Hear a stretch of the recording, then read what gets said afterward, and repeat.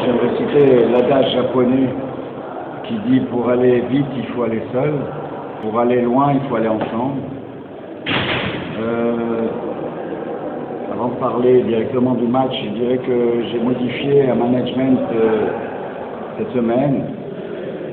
Je ne dirai pas les détails de ce management parce que ça regarde mon groupe et mon encadrement et moi-même.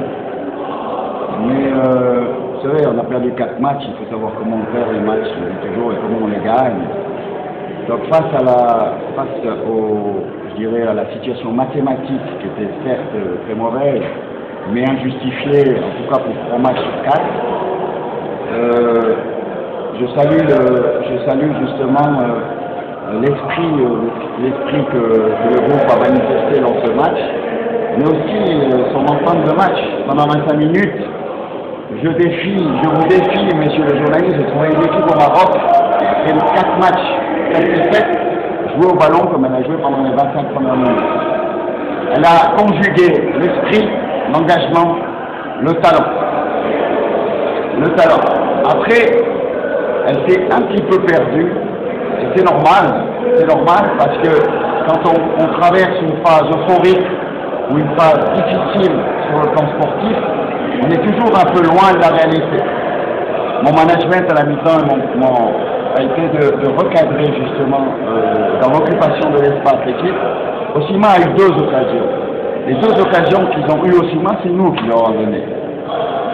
Ça arrive de faire des erreurs.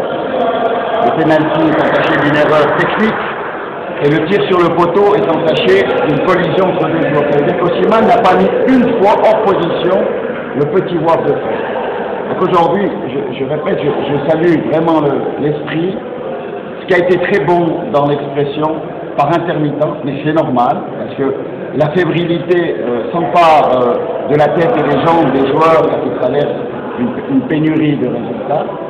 Donc elle a été admirable cette équipe aujourd'hui, elle a été admirable parce que elle a offert cette égalisation, elle est repartie sur de bons rails en deuxième mi-temps.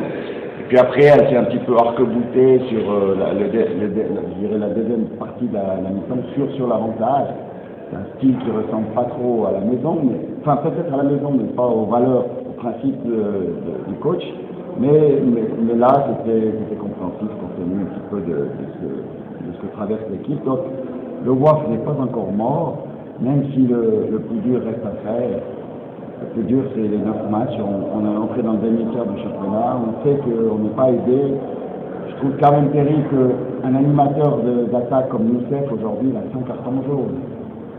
Regardez les images sur la situation de 5 cartons jaunes, c'est quand même terrible. Donc je salue le courage, je salue l'esprit vraiment l'esprit de groupe des joueurs, de l'encadrement. Et j'ai vu un très grand joueur pour moi, le plus grand joueur du championnat, c'est ce petit numéro 10 de poche.